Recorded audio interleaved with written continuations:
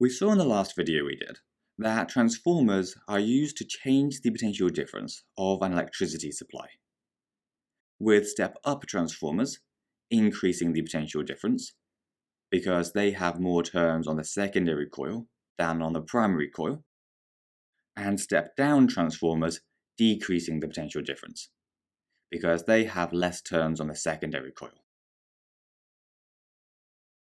In this video though, we're going to cover how to use these two equations here, which together allow us to figure out exactly how the potential difference and the current vary with the number of turns on each coil. In both equations, V is the potential difference, N is the number of turns on the coil, and I is the current. Then the little P's and S's stand for primary and secondary coil. So Vp would mean the input potential difference across the primary coil, while Ns would mean the number of turns on the secondary coil.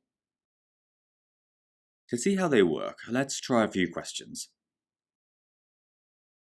A transformer has 18 turns on its primary coil, 54 turns on its secondary coil, and an input potential difference of 45 volts.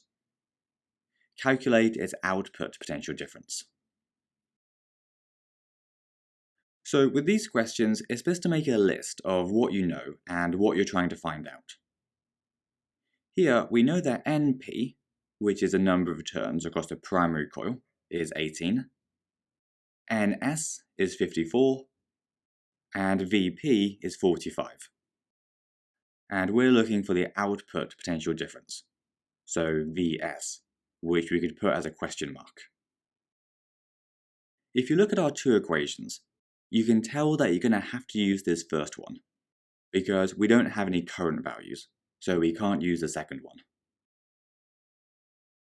So plugging in what we know, we get 45 over Vs equals 18 over 54. 18 over 54 is just 0.33.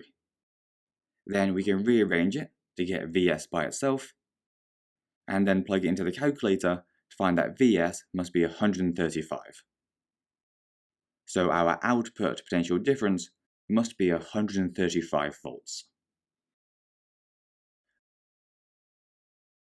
Let's have a go at the next part of the question.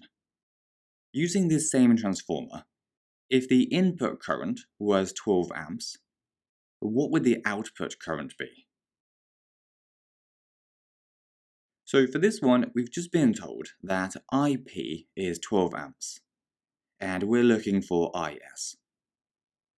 So this time, we're going to have to use this second equation, which if we plug in our values, gives us 45 times 12 equals 135 times IS. Then we can divide both sides by 135 to get 45 times 12 over 135 equals IS. And then we put that into our calculator to find that 4 equals IS. So our output current is 4 amps.